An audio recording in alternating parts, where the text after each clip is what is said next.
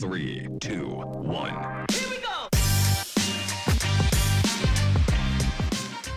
Você precisa trazer o foco no cliente, porque não adianta você só ter um produto muito bom.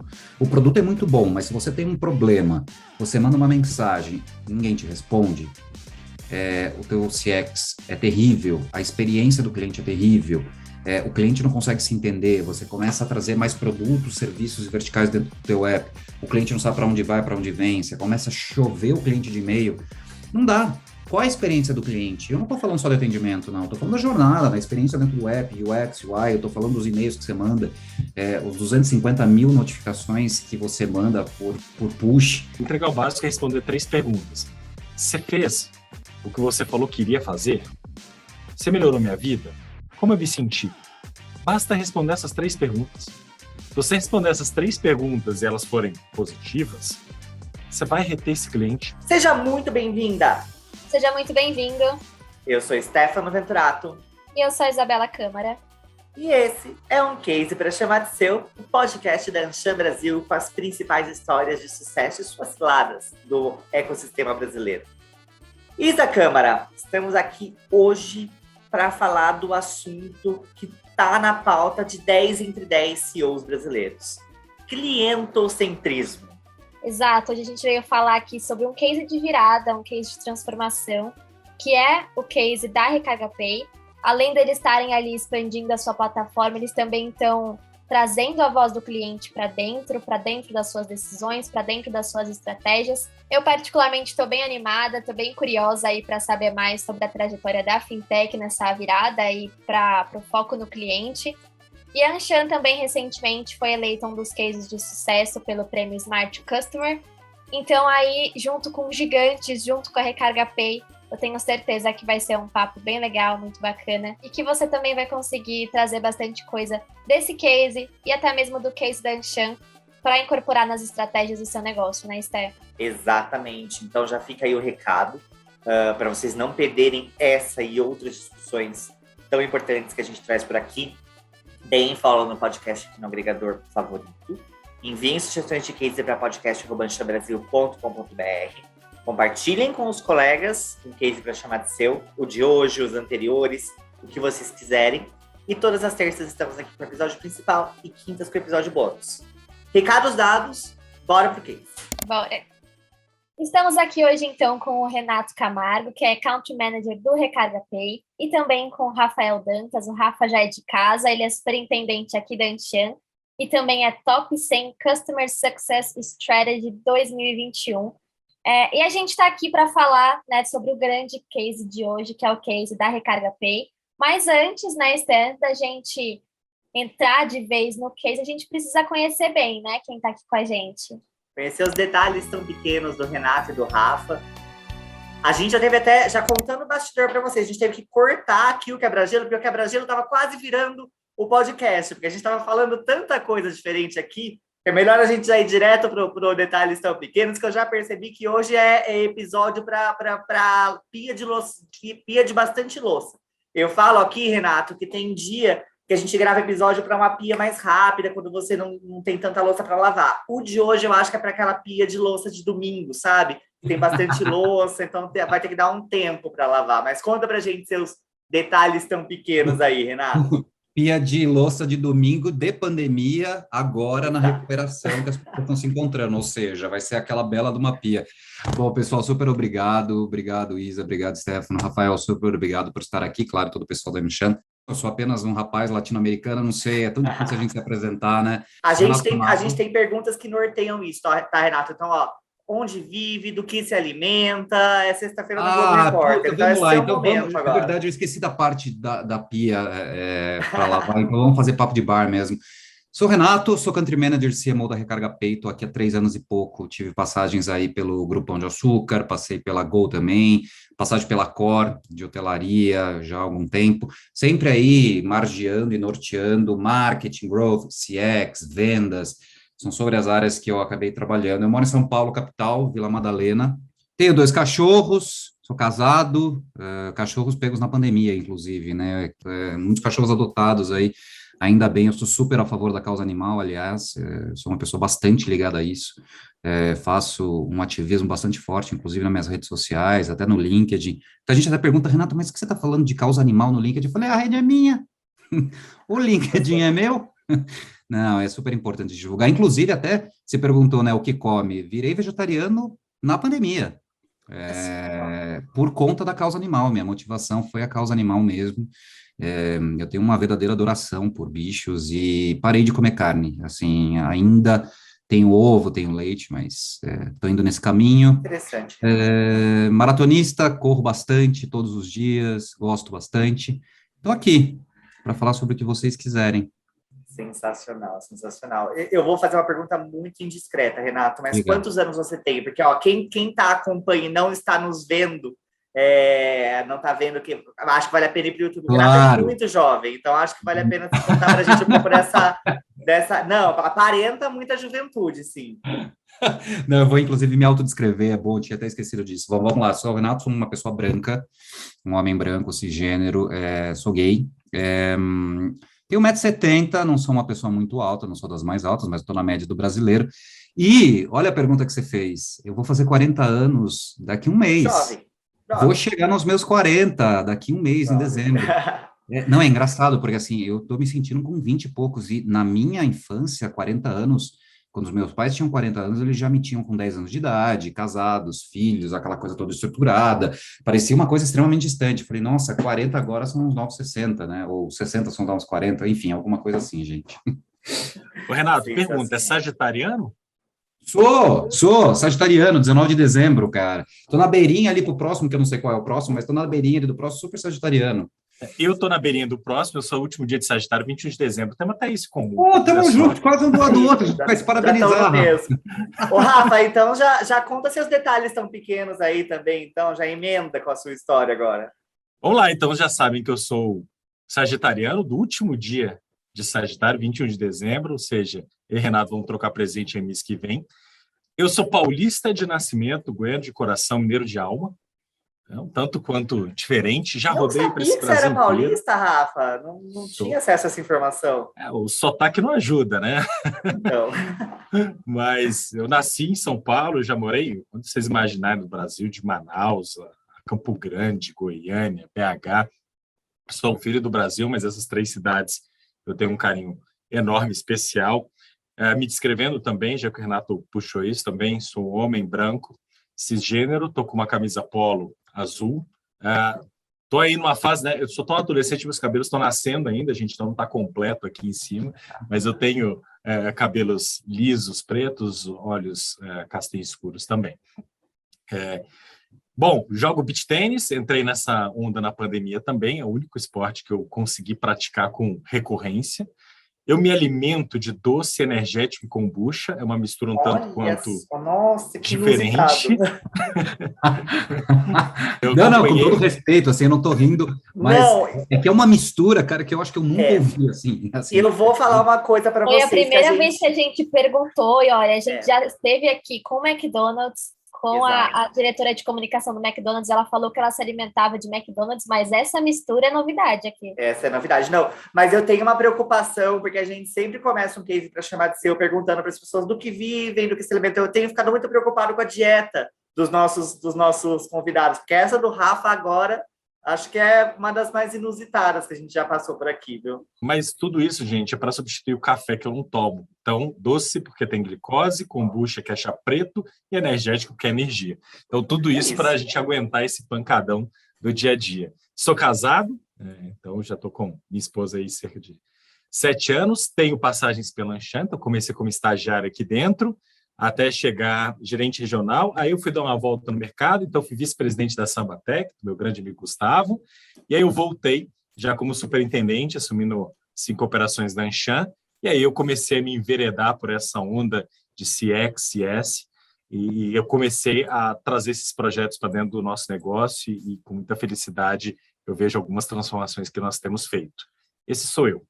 Então, agora que a gente já conhece bem o Renato e o Rafael, que são nossos convidados de hoje, é hora da gente conhecer a fundo o case da Recarga Pay, e é exatamente isso que a gente vai fazer agora na hora do case. Bom, Muita gente conheceu o case da Recarga Pay mais recentemente, né, com o boom das fintechs, com o boom dos pagamentos por celulares, mas o que muita gente não sabe é que os negócios, as ideias do negócio do dono da startup, ela vem aí quase no início dos anos 2000, não é, Renato? Você sabe que, até pelo nome, né? Aliás, é uma discussão bastante grande que a gente teve aqui a respeito do nome da Recarga Pay. Você fala, para quem não conhece, falar Recarga Pay é só recarga. Não, a gente deixou de ser só recarga há muito tempo. Nós somos um ecossistema de pagamentos pelo celular. Depois tem uma outra história sobre manter o nome Recarga, que a gente até pode falar um pouco mais, mas Recarga Pay, ela começou sim como recarga, então lá em 1900 e Guaraná de rolha, parafraseando minha mãe, que adora falar isso, minha mãe do interior, o meu chefe, né, que é o fundador e CEO da companhia, o Rodrigo, ele tem uma questão muito forte com os cartões telefônicos. Ele mora na Argentina, ele é um argentino, ele viajou para a Califórnia e tinha uma necessidade muito grande dele poder fazer ligações interurbanas, e as pessoas, primeiro, elas tinham que ir para algum lugar, segundo, que era muito caro. Ele falou, bom, tem algum negócio que a gente pode fazer aí, o que pode fazer? Ele sempre foi muito empreendedor. O que ele resolveu fazer? Ele resolveu pegar um monte de cartão telefônico, raspar e colocar num site. Ou seja, transformando uma dor física para o mundo digital, que é boa parte das startups, inclusive, elas surgiram no meio desse bololô, né? Sim. Levar uma coisa que está no mundo físico para o mundo digital, resolve essa dor, e aí acaba voando. E todas as techs vieram muito em relação a isso. E aí as pessoas começaram a entrar nesse site e pegar os cartões para poder fazer, os cartões os cartões pré-pagos para poder fazer suas ligações. Só que como tudo no mundo, né, especialmente aqui no Brasil, tem aquela questão tipo, tá, eu vou fazer uma recarga de celular, dá para eu pagar depois, ou dá para eu parcelar, dá para pagar em 2 vezes, aquela coisa do A brasileiro. cultura é muito brasileira mesmo, né, Renato? Muito, que agora, inclusive, o mundo inteiro está falando buy now, pay Sim. later, isso aqui já está, Exato. gente. Isso é uma tendência que o mundo está vendo agora, que a gente já conhece desde 1900 e agora na A gente cor, cresceu falando, pode parcelar, a gente Exato, cresceu, exato. nasceu com isso, então esse buy now, pay later, para a gente já existe há muito tempo. E aí ele falou, bom, esse negócio de recarga lá no futuro tem alguma coisa muito importante que pode fazer sentido em pagamentos pelo celular, né? Um ecossistema financeiro. Foi quando ele começou a somar, além da recarga de celular dentro desse site, outras verticais. Então, recarga de cartão de transporte, pagamento de contas e boletos pelo celular, serviços financeiros. Do site virou um app, o app começou a crescer, até que ele falou, bom, não faz o menor sentido isso, há uns 6 anos ele falou assim, essa empresa não vai ser só recarga, então não pode se chamar só recarga.com, que era na época, vai se chamar Recarga Pay, e foi o que aconteceu, e aí virou Recarga Pay. A parte da recarga, ela continua sendo muito maior, ela é muito maior do que era antes, mas ela caiu para terceiro, quarto lugar dentro das nossas verticais, os nossos produtos, nossos serviços aqui dentro. Hoje, pagamento de conta, boleto, empréstimos, parcelamento, hoje em primeiro lugar, por isso que a gente virou esse ecossistema. Foi uma história super interessante, assim, ao longo do tempo, com muita resiliência. Fazer negócio no Brasil, você precisa ser muito resiliente. E mesmo assim, ele resolveu apostar, porque como ele é argentino, a empresa começou na Argentina, tinha operações em todos os países quase da América Latina, ele resolveu fechar todos os países e apostar no Brasil. Isso, gente, há 7, 8, 9 anos atrás, quando não se falava direito em fintech, quando se falava em tech ainda, as coisas estavam surgindo, Nubank, acho que nem tinha nascido ainda. Então ele resolveu lá atrás apostar no Brasil, porque ele falou, vai ter um universo acontecendo do sistema financeiro no Brasil, porque tudo é muito concentrado em poucos players, em grandes bancos de varejo, e muita gente, inclusive, não consegue nem ter acesso a essa bancarização. Então, tem um universo, um oceano azul enorme para trabalhar aí, eu vou entrar nesse mercado, fechou tudo, apostou no Brasil, transferiu a sede para o Brasil, a gente opera 100% aqui, e somos aí um dos maiores players, né, uma das maiores fintechs do Brasil, e aí até muita gente, como você mesmo falou, né, Isa, não conhecia muito sobre a Recarga P. Essa é uma estratégia nossa, tá? E a gente tem muita consciência disso. A gente não faz muito barulho, a gente não faz loucura, a gente não gasta em TV a perder de vista e vamos botando dinheiro para tudo quanto é lado. Dinheiro não aceita desaforo, na nossa visão. Tudo é muito controlado aqui e a gente tem uma visão muito de pé no chão, de rentabilidade e tal. Então, o nosso negócio é ser conhecido no boca a boca. Você conhece o Recarga Pay? Cara, deixa eu te indicar, porque eu fiz ali, porque deu muito certo, porque eu ganhei cashback, porque a taxa é baixa, porque eles não cobram FII e tal, e aí vai um indicando o outro. Então, a nossa base de indicação é muito forte. E nisso que a gente vai avançando. Um atendimento espetacular, Rafa está aqui falando de CX, é nossa prioridade. Ter um atendimento bom, um produto que funciona, um pricing legal, você não precisa gastar muito em marketing, né? O marketing é viral, é na O boca. cliente vem, no caso, né, Renato? Eu ia falar que durante toda essa jornada aí, né, o foco da estratégia de vocês acabou virando muito produto, né? Antes ele era muito produto. Sim. E foi nessa construção também, né, de uma plataforma sólida, uma plataforma segura, né, uma plataforma escalável. Isso. E uma coisa que brilhou muito nossos olhos aqui no Case para Chamar de Seu foi essa virada, né, desse foco no produto para agora estar focando no cliente, né? Porque, principalmente, a gente sabe que uma cultura com foco no cliente, em ouvir o cliente, não é algo que acontece, assim, da noite para o dia, né? É uma construção que demora, uma jornada que vem aí durante um tempo. E eu queria que você contasse um pouquinho para a gente sobre essa jornada, tanto como era antes, né, do PicPay, você já... Desculpa, eu falei. Não, eu vou te falar que isso é ótimo, tá? Eu vou te falar, não fique com vergonha. Ela prometeu que ela não ia... Não fique com vergonha, sabe por quê? Porque pra gente isso é ótimo e eu vou te contar por quê. Eu não vou dizer que faz parte da nossa estratégia, mas eu vou dizer que essa questão de ser comparado ao mercado ou a concorrentes meus, de certa forma é positivo, porque estão fazendo com que a Recarga Pay se posicione exatamente como eu quero que seja posicionada. É aquela questão do Coca e Pepsi, sabe? Olha, não tem Coca, tem Pepsi, pode ser? Mais ou menos isso. Então, pode ter o share of mind dos meus competidores, mas, no fundo, o cliente ele vai querer ter outra opção, porque você não vai ter um vencedor só nessa guerra. Conversa com a estratégia que você disse agora há pouco mesmo. Você vai ter 2, 3, 4, e aí o cara vai querer procurar, tá, beleza, usei meu concorrente 1. Agora, o que mais tem no mercado? Será que eu consigo outras opções? E o que tem de melhor? E aí, no fim, acaba entrando e ela experimentando a Recarga Pay. Não tem o menor problema, Isa, de verdade. Então, show, Renato. Então, aproveita aí e conta pra gente um pouco sobre essa jornada prévia aí de vocês e também o que levou vocês, né, a abraçar, assim, de forma mais rápida, mais consistente essa cultura de foco no cliente. Olha, como toda startup, como toda tech, e eu convivo muito nesse mercado já há um bom tempo e conheço bem, ela nasce focada em produto. Tem que ser é muito utopia querer dizer que uma empresa, uma startup, uma tech vai crescer focada no cliente. É muito difícil, tá? Porque a startup, para ela ir para as pre-seed, seed, série A, tal, ela precisa primeiro fazer com que um produto ande, porque se você não tem um produto bom, você vai ter cliente. Então não adianta ter foco no cliente se você não tem um produto. Então, você precisa primeiro focar muito no produto, na construção, no desenvolvimento, o produto funcionar, fazer MVPs, etc, etc. Então, essa empresa, ela foi, obviamente, sempre focada no produto, tanto que, antes de eu entrar, não existia nem marketing, nem growth na companhia. Eu entrei há 3 anos e meio, é uma companhia que tem muito mais tempo que isso, não existia, era separado. Então, o VP de produto tinha uma parte, o meu chefe, que é o CEO, tinha uma outra, o COO tinha outra. Quando eu cheguei, que eu fui aglutinando e centralizando as coisas dentro de uma área única. Só que, quando você já está num processo de escalar muito forte, que é o processo que a gente está hoje, que é quando você vai numa série C, que é um processo de growth puro mesmo, você precisa trazer o foco no cliente, porque não adianta você só ter um produto muito bom.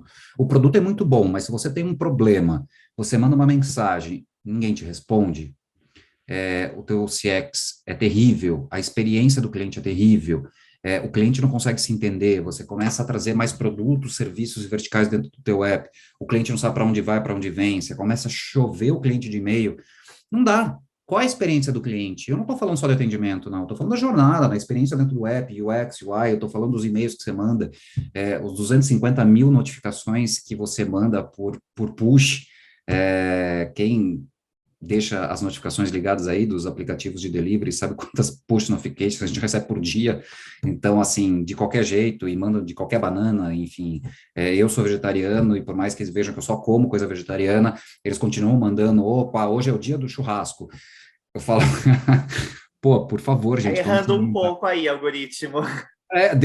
Deu uma bela arrastada, e eu só compro coisa vegetariana, na minha conta, eu só compro coisa vegetariana, então, pô, não faz muito sentido. Então, tem toda uma questão de você precisa não só mais focar o produto, você tem que começar a focar no cliente. E é uma migração, tá? Não tem essa questão, tipo, você tem foco no produto, e aí você vai derrubando, passa foco no cliente, aí de repente o produto vai para lá embaixo, o cliente vai para lá em cima. Não, é um equilíbrio. Produto e cliente, eles andam lado a lado, eles vão se autoalimentando ou retroalimentando num looping contínuo e infinito. É assim que as coisas acontecem. Você não tem que dar força mais para um ou para outro, porque um depende do outro, eles estão intrinsecamente ligados. Mas uma das coisas que sim, a gente tem muito focado agora é nessa experiência completa. Eu sou uma fintech, né? Eu estou falando de pagamentos, eu estou falando de dinheiro, eu estou falando de inclusão financeira, eu estou falando de gente que nunca teve acesso ao banco e sempre foi recusado pelos bancos, e eu estou dando essa oportunidade. Se eu não tiver uma experiência incrível, do tipo um tempo de atendimento de menos de 1 hora, resolver o caso do cliente em algumas horas, ele nunca mais vem e ele perde a confiança não somente em mim, mas ele perde a confiança no mercado inteiro, que, aliás, é uma crítica que a gente tem, ou as fintechs que estão estabelecidas aí, em relação à corrida maluca, que foi conta digital nos últimos 2, 3 anos, porque muita gente entrou nessa corrida maluca de cliente com aventureiros do mercado que resolveram criar uma conta digital, não deu certo e perdeu a confiança no mercado como um todo. É um mercado muito novo, é diferente de você vai no supermercado, você tem uma experiência ruim, tudo bem, você tem inúmeros outros, você sabe que você precisa do supermercado. Agora, você vai numa carteira digital, tem uma experiência ruim, você nunca mais vai querer de carteira digital. Ponto. Então, a gente consegue falar e oferecer uma experiência que seja muito boa. Aí está o foco no cliente, não mais somente no foco do produto. Eu não estou vendendo colchão. Se eu entrego o colchão, não que eu acho que esteja certo você atrasar a entrega de um colchão, tá? Mas se eu não entrego o colchão, tá? Você vai dormir no sofá, ou você vai... Você vai ter outra solução, minimamente. Posso dormir na tua casa aí, mas não vai ser um grande problema naquela noite você dormir fora. Eu estou falando de dinheiro. Se o cliente não tem uma conta paga, no dia seguinte ele vai tomar uma multa, vai cortar a energia dele, ou sei lá, um boleto da faculdade, ou é um boleto do vestibular. Imagina um vestibular. Tenho um problema e o cliente não consegue ter o boleto dele do vestibular compensado. Ele perdeu 1 ano da vida dele. O vestibular é só daqui a 1 ano, sem choro nem vela. Eu não posso ser aventureiro, eu não posso ser inconsequente com o dinheiro do cliente. Por isso que o foco tem que ser no cliente. E aí eu retroalimento o produto para que o produto possa entregar as coisas de uma maneira muito boa. Por isso que o nosso foco principal, com todos os aportes financeiros que a gente vem tendo ao longo dos últimos 2 anos, é em contratação de gente, people, sobretudo, e CX. CX, todas as ferramentas, plataformas, atendimento, estrutura, gente, para que o negócio possa andar. É nisso que a gente foca. Renato, você citou o caso, toda startup ela começa em produto, e a partir do momento que ela começa a olhar para cliente, uma segunda jornada, na verdade, porque ela cria aquela maturidade de produto que ela precisa ter para o negócio poder começar a rodar, e aí vem uma segunda maturidade do negócio, que é a maturidade de cliente. É começar a olhar e a entender e validar o seu produto com o cliente, começar a escalonar em cima disso, começar a mostrar, trazer as entregas, trazer o resultado do cliente. E eu queria conectar isso numa pergunta que você trouxe lá atrás, que é uma estratégia do Recarga Pay não aparecer tanto. No mundo que a gente tem que parecer ser mais do que ser, como que isso impacta na percepção do cliente da marca, uma vez que ele não enxerga e tem diversos outros players no mercado que eles enxergam o tempo todo? Por que dessa estratégia e qual que é o impacto disso no cliente? Boa pergunta, Rafael. Sabe por quê? O que acontece? A gente opta por ser um freerider nesse momento. Eu não estou dizendo que a gente nunca fez estratégia, tá? Eu já fui muito para televisão, já fiz muito out of home, já fiz muito rádio, já anunciei muito merchan na Maria Braga, na época que o saudoso Louro José estava vivo. Inclusive, foi muito difícil explicar para o meu chefe, que é um argentino, que a gente ia fazer um anúncio com um papagaio de borracha. Ele falou assim, não, por esse valor ainda, a gente vai botar um papagaio falando da companhia. Eu falei, acredita e confia que vai dar certo. E deu, nossa, deu, foi uma explosão de resultado, assim, incrível. Aliás, Ana Maria Braga é incrível em relação a isso. Então, assim, eu já fiz muito isso, só que tem estratégias que você tem que ir testando, implementando ao longo do tempo, que façam sentido com a companhia, e não sentido na estratégia de posicionamento de marca, ou da estratégia de visibilidade, de construção de marca. Construção de marca não se faz só com gritaria, tiro, porrada e bomba, tá? Eu costumo falar isso. você faz com consistência, você faz com atendimento bom e com boca a boca. Inclusive, o meu cohort, para quem não está familiarizado com cohort, é o tempo de vida do cliente dentro da companhia, o quanto ele continua comprando com a gente, ele é muito melhor, o ciclo de vida do cliente comigo ele é muito melhor, muito mais satisfatório, muito mais rentável daqueles clientes que foram indicados no boca a boca. E eu sei porque tem o RAF, que é o Referral Friend, uma política que a gente tem aqui dentro, ou chegam através do orgânico, é muito melhor. Por quê? Porque eu tenho um outro cliente falando, cara, baixa o Recarga Pay, é muito bom, eles não cobram taxa, e funciona super bem, é super rápido o atendimento, me responderam na hora, tal, etc. Então, para mim, aí está muito melhor. Eu tive um embaixador falando comigo. É claro que eu posso para a TV, claro que eu posso contratar embaixador, claro que eu já fiz isso, claro que eu vou fazer ainda. Só que a minha estratégia é muito mais aproveitar o que o mercado está fazendo, de desbravar esse processo educacional das pessoas entenderem o que é uma fintech, entenderem o que é uma conta digital, entenderem o que é pagar coisas pelo celular, e eu entro com uma melhor proposta de valor. E aí eu faço, sim, muita performance, mídia de performance. Google, Facebook, etc. Eu tenho boas coisas dentro das redes sociais, eu tenho uma estratégia de PR muito forte, a gente tem grandes investidores aqui nos apoiando em relação a isso. O que eu só não vou fazer agora, e nem nunca, em nome do institucional, porque é o que todo mundo fala da companhia, jogar milhões e milhões e milhões e milhões em mídia offline ou mídia online, sem qualquer rentabilidade, sem qualquer retorno. Não acho errado, mas para mim não Não é a pode. estratégia de vocês. Não é, porque eu não sou uma empresa que dependo pura e exclusivamente de um posicionamento de marca para sobreviver. Não, eu sobrevivo com a performance, com o produto sendo entregue, com um cliente sendo bem atendido.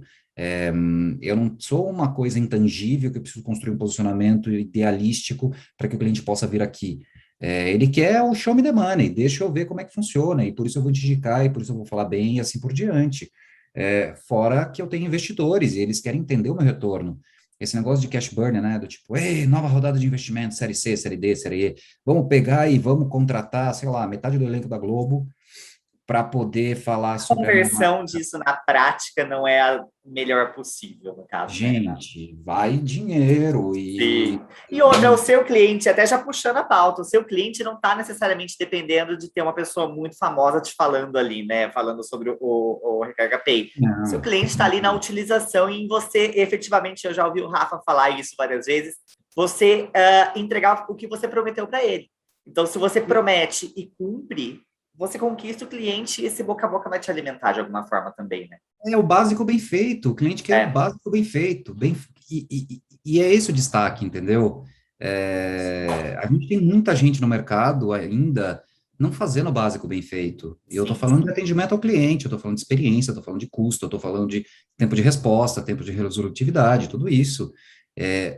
E aí, como diria Bezos, né, a sua margem é a minha oportunidade, eu estou pegando o que eles não estão fazendo de bem feito e estou fazendo, e estou entregando e Diferenças. entregando com plus, e é nisso que a gente cresce. Ô, Renato, eu quero te fazer uma pergunta aqui. Eu até comentei com o pessoal que eu vim com uma pauta polêmica hoje, tá? Então, eu Bora, quero ouvir você e quero ouvir o Rafa bora. também sobre isso, que eu estou curioso. Mas a gente sempre ouve, aí já trazendo a nossa pauta aqui do cliente, no centro do sucesso do cliente, enfim, de colocar o cliente no centro da decisão. É essencial a gente ouvir o que o cliente quer, a gente está muito atento ao mercado e a quem a gente atende para conseguir entregar o que o mercado precisa. E eu percebo, e até a gente pode explorar isso depois, mas que todas essas mudanças e esse olhar para o mercado podem ter levado vocês a incorporar novos serviços dentro da Recarga Pay, enfim, tudo isso acabou trazendo essas novidades. Eu tenho um livro de cabeceira, que é o Dilema da Inovação, do Christensen. E lá ele fala muito sobre o grande dilema que é a gente ouvir o mercado, ouvir os nossos principais clientes para inovar, para criar novos produtos. Porque a gente acaba ouvindo quem gasta mais com a empresa nesse momento, e quem gasta mais com a empresa vai ter um olhar de produto, high-end, no caso, o mercado que você já atende, você vai acabar direcionando o seu foco de atendimento para esse high-end, e fica todo um low-end ali embaixo que não está sendo atendido e que alguém vai chegar e vai atender. E aí eu não vou citar novamente o exemplo da Kodak, mas eu preciso citar o exemplo da Kodak, que é aquele fato de que o DAC olhou tanto para o high-end, que aí quando chegou lá a máquina digital, que foi inventada lá dentro, eles não levaram isso para frente, muito focados naqueles clientes que gastam mais, que eram o foco da empresa naquela hora, fizeram tudo bonitinho, by the book ali, puseram o cliente no centro do negócio, porque quem tirava fotos ali naquele momento queria uma imagem melhor, queria mais qualidade, etc, etc. E o que aconteceu a gente já sabe. Como a gente, e aí que tá, eu até, inclusive, uma das provocações que eu ouvi num podcast que o Rafa também participou, é que todo mundo fala, tem que ouvir o cliente, mas como que a gente ouve o cliente e não cai no dilema da inovação? Olha, a gente, de verdade, independente do timing da companhia de ser mais product-centric ou customer-centric, sempre a gente ouviu o cliente. O exemplo que eu dei lá atrás, do meu chefe, que começou a ouvir, dá para parcelar, dá para pagar depois, tal, e ele falou, tem um negócio aí, veio disso. Ele ouviu o cliente e falou, cara, tem uma oportunidade aí, e a oportunidade veio. Por quê? Porque o cliente queria parcelar, queria pagar a recarga depois, estava sem dinheiro naquele momento, e falou, tá bom, pago pagar depois, eu te cobro uns juros, e tá tudo certo. E aí foi quando a gente começou a virar esse ecossistema financeiro que a gente é hoje. Até hoje, inclusive, a gente faz isso, de ouvir o cliente, por exemplo, a primeira pergunta que fizeram para a gente no passado o Pix vai matar as fintechs, tá? Assim, e não foi só aqui no Brasil, foi geral. Investidores globais, os gringos chegando, falando, não, vai matar as fintechs, tal, etc. Eles não entendiam Pix. Aliás, nem a gente botava muita fé. Aliás, arrisco a dizer que acho que nem o próprio Banco Central imaginava que fosse explodir de uma maneira tão rápida o Pix, uma adoção tão rápida quanto foi o Pix, em um curto prazo de tempo. Naquele primeiro momento, a gente começou a ver as movimentações, a gente não entrou no estouro da boiada do primeiro momento que teve no lançamento do Pix, de fazer comercial, aquela história, né? Vamos botar comercial para a gente tentar fincar a bandeira, se posicionar. A gente preferiu ser um líder e não, a gente preferiu ser um follower, não um líder. Falou, vamos esperar para ver o que vai acontecer. 2 meses depois, a gente viu que teve um estouro, uma explosão. E começamos a falar com o cliente. Pesquisa, análise de transação. Foi quando a gente pegou e falou assim, aí tem uma grande oportunidade, o Pix vai ser uma das principais coisas dessa companhia, uma dos principais serviços, um dos principais produtos que a gente tem. Então, a gente vai começar a acoplar coisas no Pix, tipo, poder pagar Pix com cartão, Pix habilitado para a grande maioria das pessoas, uma agilidade muito forte, não cobrar taxa, blá, blá, blá, como tudo teve. Hoje, ele é um dos principais, se não o principal, vertical da companhia. Isso a gente teve lá atrás. E por que se tornou? Porque lá atrás a gente começou a ouvir o cliente, começou a oferecer serviços de um jeito seamless, ou seja, sem nenhum impacto, fricção, para que ele pudesse usar. O frisson de eu tenho Pix primeiro, ficou lá atrás. O cliente não quer mais saber quem ficou no frisson de querer divulgar lá atrás. E a mesma coisa acontecendo com o Open Banking agora. Já viu um monte de comercial na TV, um monte de gente falando, Open Banking é aqui, Open Banking primeiro é aqui. Daqui 6 meses, o Open Banking vai estar implementado, ninguém nem lembra mais quem quis liderar esse negócio, porque não tem um líder para isso, entendeu? Isso faz parte da nossa constante audição do cliente. Audição, é isso que falo, gente? Pode ser? Pode, bom, que é o que eu... É o seu desafio nesse momento. É o meu desafio nesse momento. E como que a gente faz isso? Não é do dia para a noite. Sim. Não é. Não é. É um constante feedback loop que a gente tem entre produto, marketing e CX. Constante, tá? A gente levou anos mesmo para poder chegar no nível que a gente chegou hoje de melhoria contínua. Então, marketing retroalimentando CX, retroalimentando produto e assim por diante. Seja na criação de novos produtos, seja em bugs, seja em problemas e assim por diante. Não existe uma área que é dona do cliente. As 3 áreas são e elas se retroalimentam mesmo em comitês, squads, relatórios diários, tá? Isso não é uma vez por mês que tem uma reunião, não, diariamente a gente tem isso daí, e claro, por produto a gente vai montando alguma das coisas. O que é fundamental aqui nada desta companhia sai ou começa sem que CX esteja envolvido. Nada, zero. Isso a gente levou muito tempo para chegar, não porque a gente não queria, mas existe aquela, né, mas CX vai entrar em tudo, por quê? Não, ele é atendimento, não. CX virou líder de várias coisas, no sentido de liderar a task, ou liderar algo, mas líder no sentido de dar a palavra final para ver se o negócio vai para a rua ou não, tá? Então, por exemplo, marketing. Nenhuma comunicação de marketing, nenhuma, gente, eu te digo, nenhuma sai sem a validação de CX. Alguém de CX, eles têm inúmeras pessoas lá, inúmeros líderes, que alguém tem que validar. Por quê? É uma palavra errada, é uma coisa que não está bem feita, é um mau entendimento que o cliente vai receber. É claro que com o objetivo de reduzir gente tendo que ligar para a CX para reclamar, mas, sobretudo, para que a experiência do cliente seja muito boa. E, no fim das contas, isso vira uma retroalimentação para a equipe de produto, se for um bug. Você falar, gente, não faz sentido o que vocês fizeram, o que vocês desenvolveram aqui, vocês têm que ajustar isso antes de ir para a rua. Ou, então, faz sentido no marketing poder voltar e falar, não, muda essa comunicação que também não está fazendo sentido. Isso acontece o tempo todo, mas é uma questão cultural, é uma questão que todo mundo tem que estar envolvido nisso. Essa questão de, vamos soltar um negócio. Antes soltava, hoje não, hoje, gente, quem validou de CX? Meio que uma pergunta do tipo que ninguém questiona, sabe? Questiona o Se sentido. tornou cultural mesmo, né? Por que você está perguntando que CX? Não, tipo, gente, quem que validou de CX? Cadê o check de CX aqui? Virou porque a gente viu o resultado, a gente viu que melhora, a gente viu que a experiência é outra, então tem que acontecer. E eu até ia puxar o Rafa aqui, que a gente sempre faz um advogado do diabo aqui, porque o case para chamar de seu, ele chega em todas as estruturas de empresas, de tamanhos de estruturas. Isso aí acaba sendo um pouco uma característica de uma cultura de uma startup, em que a gente ainda tem um braço do founder ali muito forte, uma cultura altamente compartilhável. E na instituição de 100 anos e nas grandes empresas, Rafa, como que a gente faz para que isso possa acontecer também? Olha, você já começa a enxergar, Stefano, do que o Renato vem falando, uma série de indicativos do quanto ser customer-centric já está realmente na raiz, no cerne do negócio. E aquilo que o Renato falou, isso não impede que a empresa não olhe para o produto ou que não melhore o produto. Uma coisa não elimina a outra. Isso é um nível de maturidade do seu negócio e é um nível fantástico. E que, de novo, também não exime de erros, tá, gente? Todo mundo aqui a gente vai errar. O objetivo é a gente mais acertar do que errar. E trazendo para esse ponto que você citou, Stefano, o que acontece? Você citou o case da Kodak. O foco ali no ouvir o cliente é porque o problema está em nós. Nós não estamos preparados para ouvir aquilo que a gente não quer ouvir. Nós queremos ouvir, a gente quer reforço. O caso da Kodak... Cultura latina, né, Rafael? Cultura de latino é complicado nesse sentido, né? Eu vi uma frase, eu não lembro exatamente quem foi, mas o ser humano ele procura transparência, mas não está preparado para ela. A gente busca essa transparência, essa honestidade, mas a gente não está preparado para ela. Seja no feedback que você dá para o seu colaborador, seja no feedback que o seu cliente dá para você.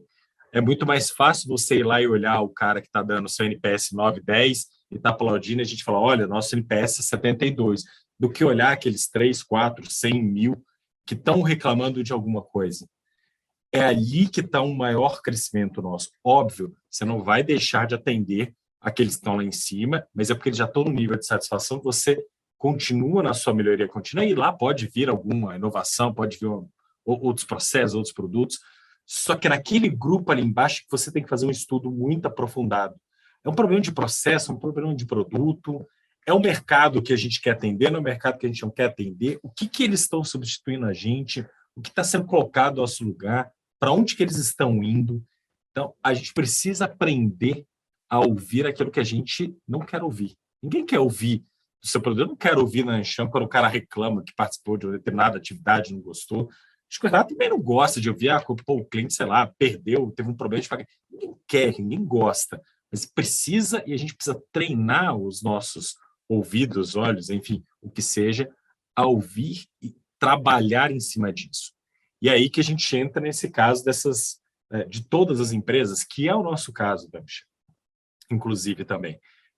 A gente tem que olhar para o nosso cliente, ouvir de todo lado e tem que ouvir com realidade, não pode ser interesseiro, porque eu vejo isso em várias empresas, quantas empresas só vão falar com o seu cliente porque elas querem vender algo para ele. Para mim, isso é um grande erro que as companhias aplicam. Ouvir de forma genuína, vai nele, escuta, vê o que ele fala, seja o cliente bom, seja o cliente ruim, e busca colocar o cliente no centro. Olha o nível de maturidade que a RKHP chegou, não sai nada sem CX estar junto. Quantas empresas saem fazendo as coisas e depois, cara, sobra para o pessoal lá de atendimento, cliente, cara, vai se virando aí e vendo o que dá. CS que se vire, né, Rafa? Gente, eu já fui da área de CS, eu já passei por essa dor, viu? O Rafa me expulsou, assim que ele assumiu, ele me expulsou de CS, me mandou para outra área, mas eu já sofri essa dor. Que o pessoal do comercial traz e o CS que se vire. Exato, o CS que se vire. O que a gente esquece é que só tem todo mundo na empresa, e a área de CS, a área de vendas, a área de marketing, de growth, de produto, porque tem cliente. A gente precisa entender isso. Nenhuma outra área funciona se não tiver cliente. E essa pergunta de $1 milhão, como é que você envolve toda a companhia nisso? Né? Eu até quero ouvir do Renato. Renato, Exatamente isso que eu queria puxar agora, Rafa. Você leu minha mente. Porque o Renato falou, né, que tem que envolver todo mundo. E eu acho que, assim, a gente sempre escuta, desde sempre, em qualquer loja de esquina, que é o cliente em primeiro lugar, o cliente sempre tem razão, o cliente que manda. Mas esse é o ponto ali que, na prática, acaba não sendo tão colocado em prática, literalmente, né? Porque no discurso fica tudo lindo, mas na hora que o cliente está lá disposto a dar sua sugestão, disposto a dar seu feedback, a ponta também não está preparada para ouvir.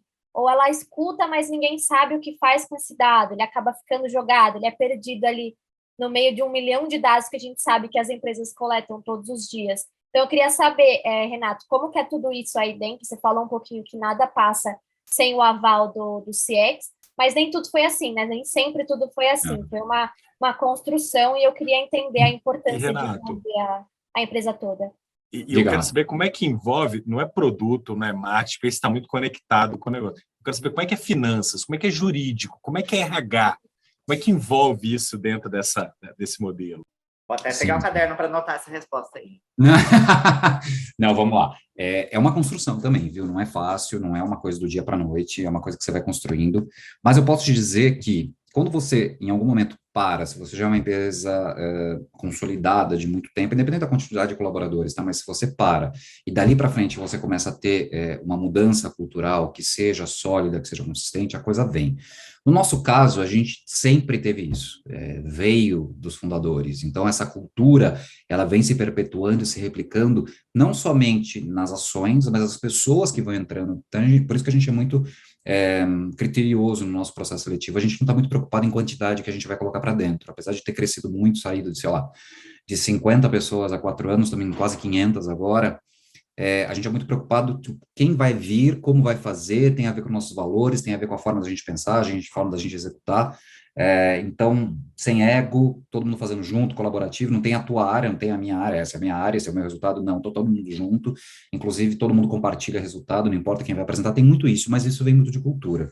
As outras áreas da companhia, elas entram, primeiro que assim, por exemplo, o jurídico, junto com o CX, é outra área que nada passa, tá? Jurídico e compliance, na verdade, são duas coisas que a gente tem de uma maneira muito forte aqui, tá? Para tudo, seja para ações que a gente vai ter para o cliente, que são as principais, óbvio, sejam coisas com colaboradores, sejam coisas relacionadas ao nosso órgão regulador, que é o Banco Central, qualquer ponta passa por jurídico e legal, assim como passa por CX, você fala, nossa, Renato, todo mundo tem que validar. Quando você entra nessa cultura, o negócio é tão rápido, é tão automático, e o negócio é tão ágil, que não é um grande problema passar por esse funil. Claro que tem coisas que demoram um pouco mais, tem coisas que você precisa fazer que o jurídico vai olhar de uma maneira muito mais intensa, vai precisar de mais tempo, que o compliance vai entrar de um jeito muito mais duro, que você vai ter que fazer umas adaptações, mas a magia de você ter uma empresa mais ágil, e isso as techs, as startups permitem, é justamente isso, você consegue entrar num moto contínuo aí, num ciclo de aprovações e de trabalho muito forte, mas isso sim porque não é somente pelo fato de sermos uma startup, mas é porque nós temos todo mundo pensando do mesmo jeito. Eu acho que uma das grandes coisas que foi fator fundamental dentro da companhia para que os negócios avançassem de maneira mais rápida é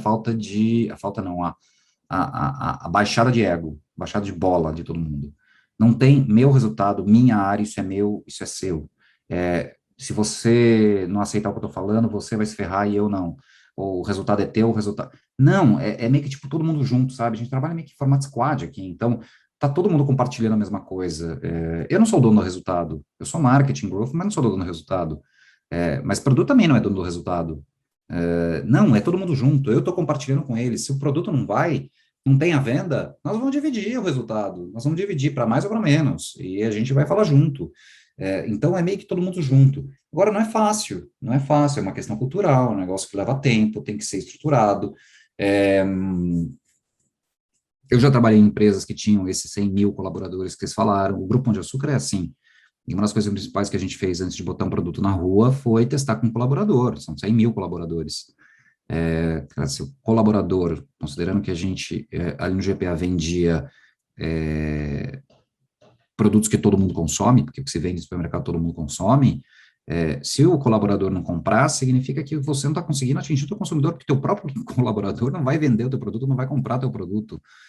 Tem que olhar dentro de casa antes, tem que fazer dentro de casa antes, tem que envolver todas as áreas, e no fundo, tem que ter comunicação, gente. Todo mundo tem que falar com todo mundo.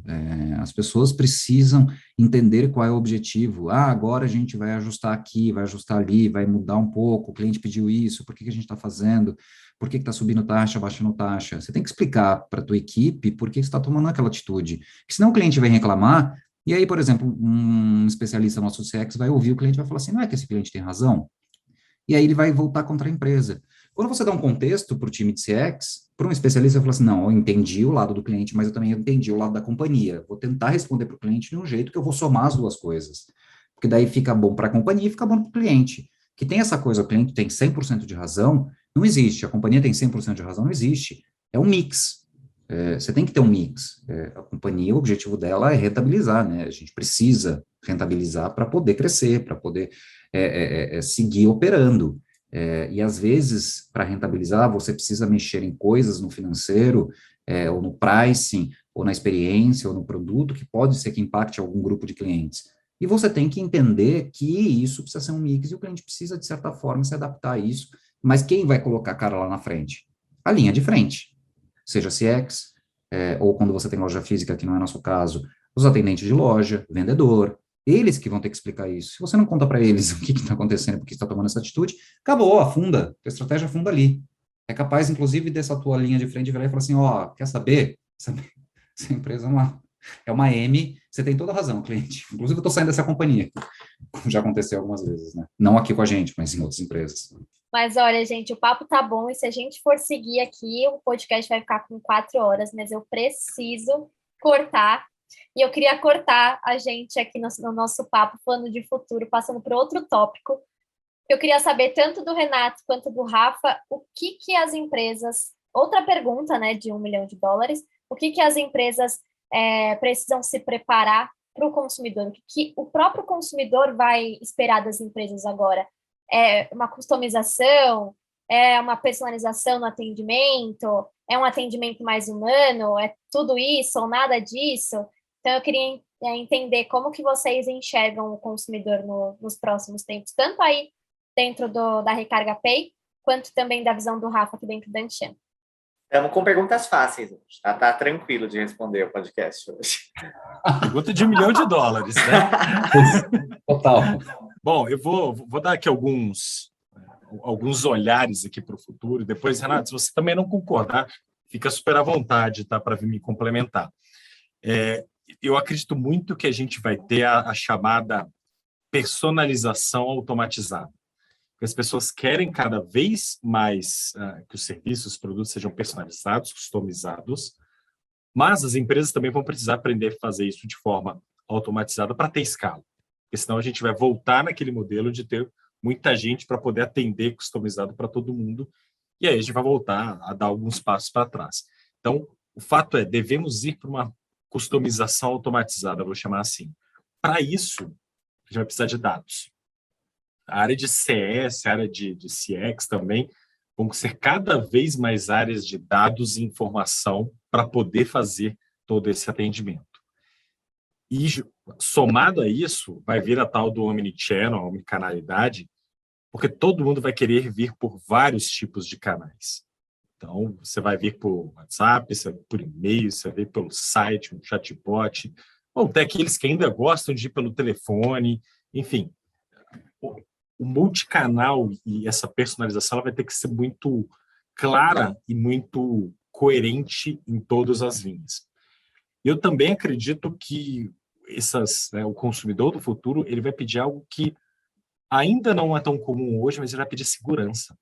Com essa série de ataques que a gente tem visto de diversas empresas, tivemos um caso recente agora de aplicativo também de delivery, que sofreu um ataque recente, nós tivemos também um varejo de moda, e o que eles estão buscando são as informações dos clientes. Então, em algum momento, o cliente vai começar a se preocupar genuinamente com segurança.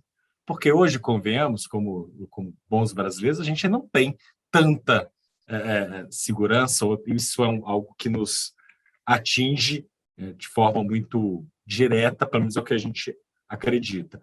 Mas isso vai vir muito forte, eu acredito, que para os próximos anos. Então, o que a gente vai ter é um consumidor muito mais exigente, com muito mais dado, exigindo muito mais das empresas.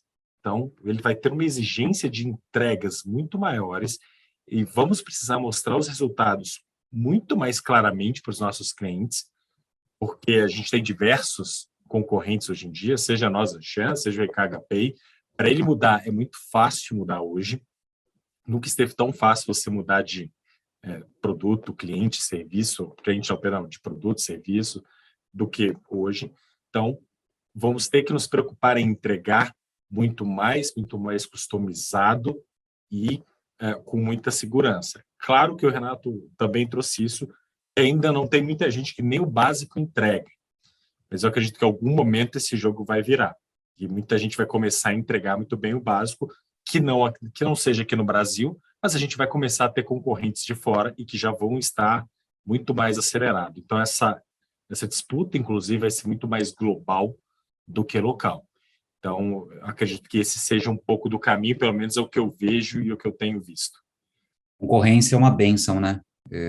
Eu amo concorrência, de verdade. Tem uma coisa que eu adoro, inclusive, até trazendo lá o que a Isa falou, para mim, de verdade, acho que a concorrência é que faz o mercado se regular, se regularizar, crescer, concorrência saudável e não tapetão. Ninguém quer jogar no tapetão, né? E é super complicado, e nem com aventureiros. É complicado ter aventureiro também, mas concorrência é fundamental para isso. Rafa, cara, 100% de acordo com você, tem quase nada para complementar. Dados é fundamental, empresas estão cada vez mais pegando dados do cliente, sabe tudo sobre dado, e o cliente não é mais inocente, tá? O cliente sabe que ele está dando dado, ele está fazendo questão de dar o dado dele, mas ele está dando dado, ele quer alguma coisa em troca, ou personalização de oferta, ou personalização de atendimento, ou clusterização, ou alguma coisa customizada para ele. Independente do que seja, ele vai querer alguma coisa em troca. Ele não está dando dado simplesmente, olha que legal que eu sou, eu vou te dar um dado. Não, tá. O que você vai me dar em retorno? Então, isso é fundamental. Então, empresas têm que personalizar o seu produto. Independente se você tem um produto só, não existe one size fits all, tá? Mesmo que você trabalhe com um produto. Você tem que customizar, nem que seja a sua mensagem, nem que seja o seu atendimento. Se você não customiza o seu produto, porque é um produto único, então pelo menos customize outras pontas de contato com o cliente para que ele se sinta exclusivo. E da maneira que ele é, e não da maneira como a gente quer que seja. Segurança fundamental. Estou trabalhando no sistema financeiro. A gente está no RKHPay, trabalhando com isso, além da loja de varejo de moda, além do que passou aí com a empresa de delivery recentemente.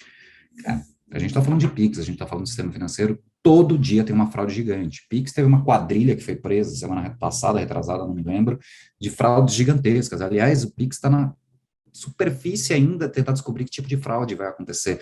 O Brasil é um dos países com maior taxa e índice de fraude do mundo financeira. Com essas fraudes, se a gente não tomar cuidado, a segurança vai para o ralo. É aquilo que eu comentei, né? Os aventureiros que chegaram aí dessas contas digitais há 2, 3 anos, que os clientes foram experimentar, nunca mais vão voltar, porque tiveram uma péssima experiência. Isso não vai acontecer mais. Então, 100% de acordo com isso. E agora o futuro, especialmente do que a gente está vivendo nesse momento, em sermos techs e da estilingada que a gente teve por conta da pandemia, terrível.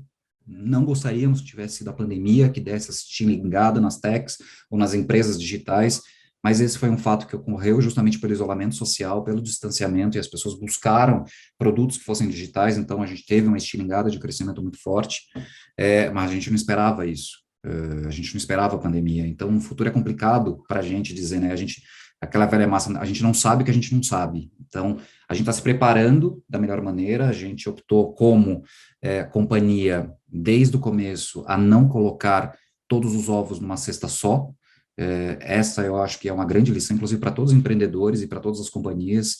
Não coloque os ovos todos numa cesta, porque chega uma pandemia que ninguém esperava, e se a tua área, o teu segmento for impactado, o teu produto for impactado, acabou. Então, você tem que ter formas para fugir e ser resiliente ao negócio. Isso a gente fez. Por exemplo, nós temos como uma das verticais cartão de transporte. A gente não tinha transporte público, gente, funcionando. As pessoas não estavam na rua, as pessoas estavam em casa durante muito tempo da pandemia. Se a gente trabalhar só com isso, o impacto para a companhia seria brutal. Então, a gente teve outras coisas, uma coisa foi equilibrando a outra. Eu acho que essa foi uma das grandes lições que a gente teve, que a gente já tinha antes, mesmo antes de chegar a pandemia, porque era o nosso mindset. Então, talvez seja um pouco isso de futuro, sem fazer futurologia, mas pensar muito do que o Rafa falou, de personalização, de dados, de segurança, e se preparar para inúmeros cenários, que você não sabe o que pode acontecer. Eu acho que esse é o principal aprendizado que todo mundo teve, ou todo empreendedor, ou toda companhia teve com a pandemia.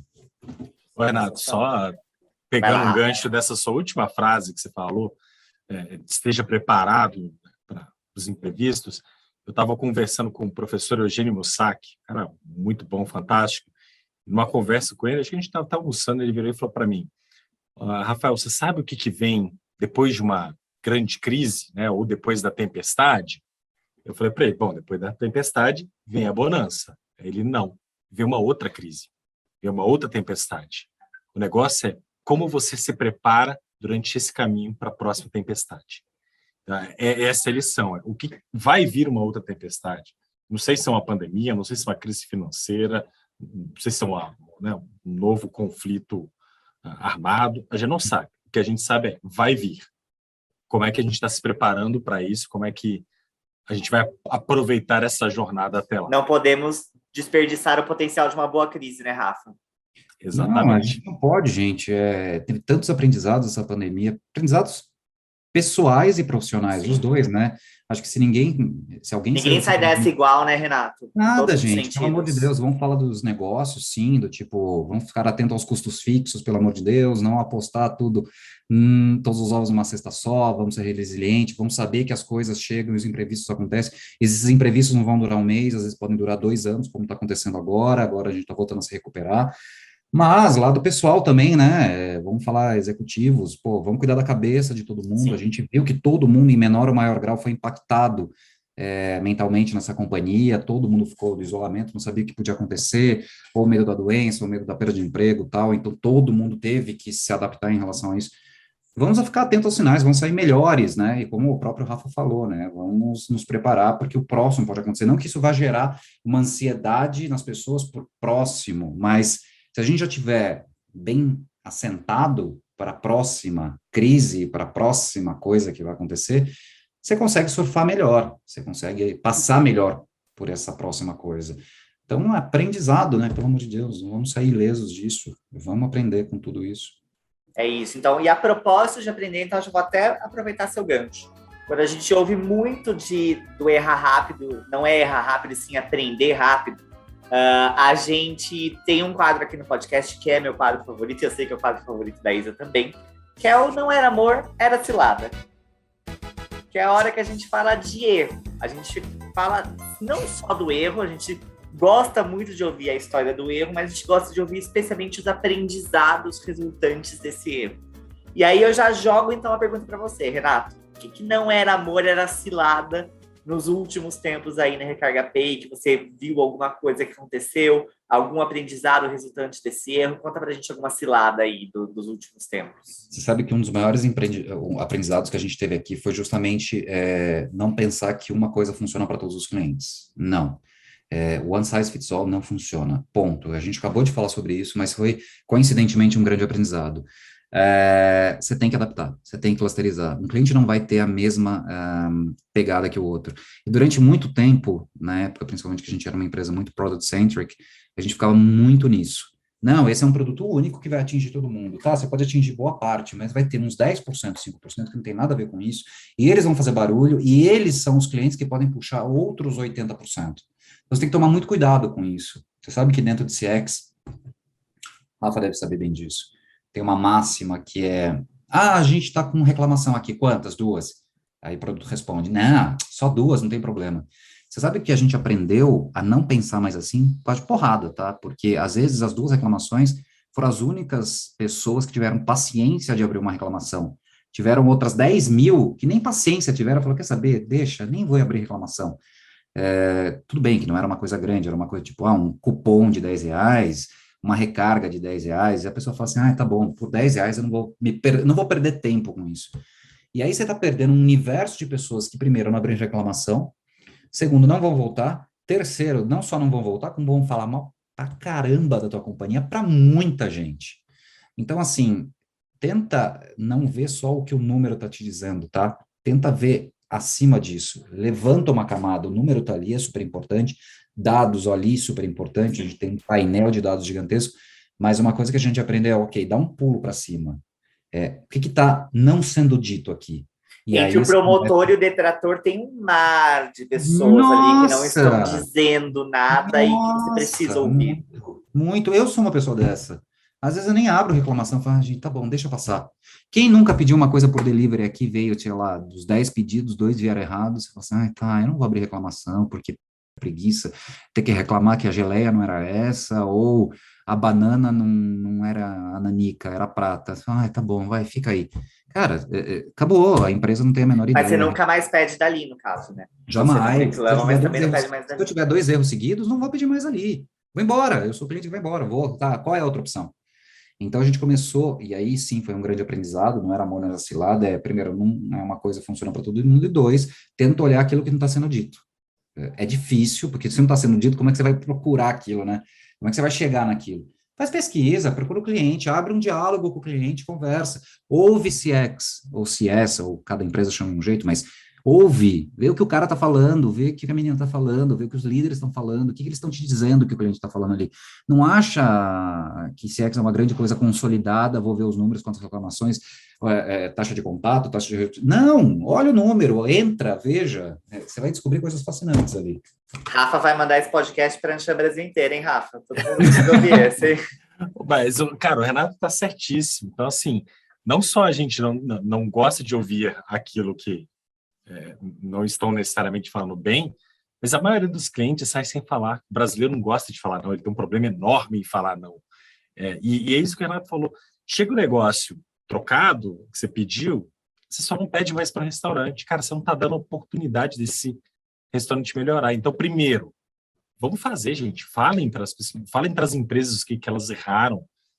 Vão lá, pode reclamar, não tem problema reclamar. O problema é a empresa não responder, o problema aí é outro lado. Mas grande parte do público que as empresas pedem, eles não falam porque deixaram a empresa, deixaram de comprar, deixaram de assinar, o que seja. Então, é esse público que a gente precisa se preocupar e entender muito.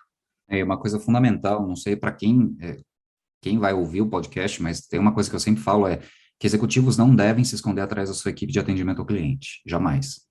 E eles fazem muito isso. Dá a cara a tapa, dá o teu e-mail, vai lá no LinkedIn, abre tua mensagem privada, tua caixa de entrada lá para receber mensagem de cliente reclamando, não se esconde atrás da equipe. Ou então, se você receber, não fala assim, estou encaminhando para a minha equipe de CX poder. Não, acompanha, fica em cópia do e-mail, fica vendo o que está acontecendo. Não se esconda através da equipe, não. Bota lá a cara a tapa. Não é só palestra, evento, podcast que nós executivos precisamos participar, não. É no dia a dia, lá na ponta que a gente precisa estar, e o cliente precisa sentir isso. E aí, Rafa, eu queria te puxar, porque você conversando comigo há uma semana atrás, você falou para mim que sucesso do cliente é saber dar a mão, né, e fazer isso de uma forma genuína ali, mesmo quando não é possível atender ali a demanda do cliente. E aí eu acho que isso é uma dúvida minha e pode ser que seja a dúvida de outras empresas também, que seja até uma cilada, porque a empresa ela pode ficar um pouco perdida ali, ouvindo tanto o cliente, com todos aqueles feedbacks, todos aqueles insights, e aí, ficando um pouco perdida, ela pode querer acabar colocando tudo em prática, e aí ou não dá em nada, porque não teve foco, ou porque não estava alinhado com a estratégia do negócio, né? Mas mesmo assim ela quis fazer. E aí eu queria entender se isso é realmente uma cilada e como a gente dosa isso no dia a dia entre ouvir muito o cliente e acabar fazendo coisas que estão desalinhadas ali com a estratégia do negócio.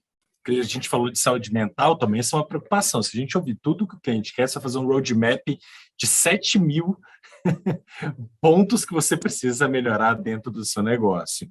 Então, é óbvio, a gente precisa ouvir, só que, claro, você precisa fazer um roadmap muito bem delimitado do que primeiro é viável, do que é possível, até chegar e estabelecer o que é prioridade para dentro da organização. Mas você precisa ter isso mapeado. Porque, às vezes, pode acontecer, às vezes é algo específico para um cliente. Numa base, pô, você tem 50.000 clientes, pô, óbvio que você não vai deixar ele de lado. Você tem que dar um retorno para ele, e eu acho que a gente deveria dar retorno para tudo que o cliente faz, tá? E aí vem aquela questão, novamente, do como as pessoas recebem isso. O brasileiro está acostumado a dar um não, ou a falar que, olha, eu não vou conseguir te entregar essa sua expectativa. Entender que isso está tudo bem. Quando a gente fala para o cliente, o problema é você não pode não entregar aquilo que você falou que quer fazer. Voltando ao que o Renato disse, de entregar o básico é responder 3 perguntas. Você fez o que você falou que iria fazer? Você melhorou minha vida? Como eu me senti? Basta responder essas 3 perguntas. Se você responder essas 3 perguntas e elas forem positivas, você vai reter esse cliente, muito provavelmente. Não vou dizendo que é para a vida, mas é muito provável que você o retenha para um bom tempo. Foca nisso, foca no que por que ele está te comprando ali dentro. Então, ele pode entrar num app para... Óbvio, tem um monte de coisa lá dentro do Recarga Pay, e se ele entrou ali para fazer recarga de celular, faz isso bem feito. Depois ele vai aprendendo, e você pode trazer uma jornada de cross-sell, de upsell, de outras coisas que ele pode fazer ali dentro. Mas não dá tudo para ele, porque às vezes ele pode entrar lá por recarga, você falou tanta coisa para ele, aí ele teve um problema, sei lá, com Pix, aí esse cara vai falar, pô, mas você não me atendeu, não, mas você entrou para fazer recarga. Ah, não, mas você me falou que tinha tudo isso, eu não consigo usar. Você cria problema para o seu próprio negócio. Então, entrega aquilo que o cliente quer, escuta o cliente, como é que ele mensura o resultado. Ele entra, ele te compra por diversos motivos, pode ser uma roupa, mas você compra por diversos motivos. Eu cito muito o exemplo de aplicativo de transporte. Eu quero ir do ponto A ao ponto B, mas eu, Rafael, quero ir falando com alguém no telefone, eu quero ar-condicionado, sem som, vidro fechado. O Renato não, o Renato está aqui em Belo Horizonte, onde eu estou, ele quer ver a cidade, ele quer vidro aberto, ele quer conhecer as coisas. Nós dois queremos do ponto A ao ponto B, mas a gente tem alguns desejos que a gente não falou pro motorista.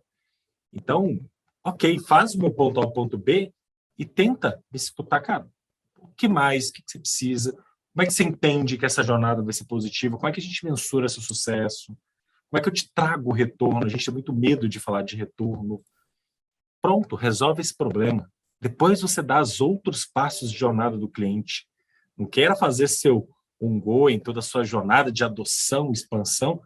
Você nem adotou. Como é que você quer expandir? Calma, vamos fazer a adoção aqui primeiro. Vamos fazer a entrega do primeiro valor. A partir disso, você dá próximos passos. Escuta seu cliente, faz um roadmap, prioriza, usa algumas técnicas de priorização de roadmap. Tem várias. Não deixa de ouvir e de responder. Mas escuta ele, dá os retornos, explica o que ele quer, entrega o primeiro valor da forma mais simples possível. Perfeito, Rafa. Nossa, ó, cirúrgico. Não tenho nem o que colocar, nem o que tirar aí. Já achei sensacional mesmo. E nem todos os clientes serão nossos clientes. A gente tem que ter o diálogo aberto com o cliente para dizer, olha, eu estou sendo super aberto aqui, cliente, especificamente essa sua demanda eu não vou conseguir atender neste momento. Por exemplo, se um cliente sugere, olha, eu queria que vocês fizessem entrega de comida com Recarga Pay. Eu falo, olha, cliente, neste momento a gente não vai fazer, infelizmente, se esse for o seu único objetivo, necessidade neste momento, eu posso te sugerir, inclusive faz parte dessa questão, né? Modelos Apus, lembra que eles sugeriam outras coisas, não sou uma pizzaria, mas eu vou mandar entregar uma pizza aí. Então, você pode atender o cliente sugerindo outras coisas, recomendando outros aplicativos da concorrência, tal, etc., mas não necessariamente, o cliente pediu entrega de comida, então a gente vai ter que criar. Não, você tem que analisar, você tem que investigar, e você tem que ter esse diálogo aberto com o cliente. Então, sim, customizar sempre, mas entender que precisa ser um encontro entre os objetivos da companhia com as necessidades do cliente. se mantendo coerente com a proposta de valor que você tem ali também. Não, né, vira Renato? uma grande bagunça. Tipo, essa companhia é o que, afinal, gente? Que eu não tô entendendo. O que eles fazem, né? Eles fazem tudo? Uma vez que a proposta de valor está clara, todas as decisões vão derivar disso. Que episódio genial. Quero muito, muito agradecer tanto o Renato quanto o Rafa. Acho que já tá ficando clichê a gente falar que é um dos melhores episódios que a gente já gravou, mas é sim um dos melhores episódios que a gente já gravou. A gente sai daqui cheio de dicas, a gente sai daqui cheio de vontade de aplicar as coisas. E até vou pedir uma licença aqui para rasgar um pouco de seda para a Anshan, viu, Renato? Porque, olha, a revolução que está acontecendo nos últimos tempos da Anshan aí, de olhar para o cliente, de olhar para o associado, ela tem sido muito intensa mesmo. Eu estou aqui há 8 anos e eu nunca tinha visto isso acontecer realmente. É muito resultado do trabalho que o Rafa está construindo aí com um time maravilhoso também, mas esse olhar de estratégia que o Rafa tem trazido para os times. Então, é muito legal ver isso acontecendo e eu tenho certeza que tem muita dica aqui nesse episódio que com certeza a gente vai conseguir trazer para dentro de casa também. Obrigado mesmo, gente. Eu que agradeço, gente. Foi um prazerzaço estar aqui. Eu estou super curioso para ler os 200 mil post-its que tem atrás do Stefano. Tem. Para quem não está parte ouvindo, deles é para quem só não está cenário. vendo, só está ouvindo, tem 200 mil post-its. Ele tem tarefa para dedéu para lembrar. Parte deles é cenário, tem tarefa que eu já fiz, mas eu achei bonita e eu deixei. Então, meu objetivo é deixar esse espaço aqui cheio agora. Tem tarefa, mas eu já concluí, eu já deveria ter tirado. Muito bom, gente. Mas brincadeiras à parte, super obrigado. Foi um prazer. Parabéns a todos da Anshan. Rafa, obrigado por dividir aqui comigo. Aprendi pra caramba com você. Obrigado mesmo, gente. Eu que agradeço. Obrigado pelo convite. Muito feliz por compartilhar hoje o nosso episódio com o Renato, empresa que eu admiro, cara que eu também admiro muito. Também aprendi muito com você. E obrigado a todos aí que tiveram a paciência de nos ouvir. Temos um episódio da Câmara. Temos um episódio e olha, como você falou, tá virando clichê, mas esse papo, meu caderninho... Esse foi intenso. Olha, eu tava com... O caderno aqui tá cheio de anotações. Tá virando clichê mesmo, mas olha, ultimamente o nível tá altíssimo mesmo aqui no Case para chamar de seu. Só reforça o quão bom é o nosso processo de encontrar elenco pro Case para chamar de seu, né? A gente traz os principais cases para você ouvir direto aí do seu agregador favorito. Só reforçando mais uma vez, pessoal, o nosso podcast está aqui sempre às terças com o episódio principal e às quintas com o episódio bônus.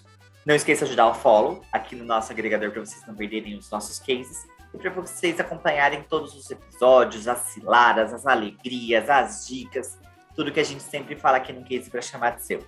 Acessem anshan.com.br para conhecer um pouco mais sobre o universo dessa câmara que constrói conexões transformadoras já há mais de 100 anos.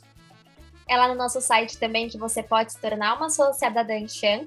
E também eu te convido a seguir a gente nas redes sociais. É só buscar por Anshan Brasil em todas elas. A gente está no Instagram, no Facebook, no LinkedIn e no Twitter. E vocês que escutaram a gente até aqui, a gente quer saber sua opinião, a gente quer saber sua sugestão de case. Então manda lá seu comentário para podcast@anchanbrasil.com.br. Eu sou a Isabela Câmara. Eu sou Stefano Venturato. E a gente se encontra no próximo case. Tchau! Tchau. Esse episódio foi idealizado pela Anshan Brasil, com Guilherme Domingues e Rafael Clemente na edição e captação, Camila Zarzur, Herbert Barlow, Nicole Dias e Victoria Ferrari na produção. Isso é para ir pro final do episódio, Tá ouvindo viu? o pão Quem passando? quer que esteja ouvindo. Rafa, Gui, Boninho. Isso é para ir pro final do episódio.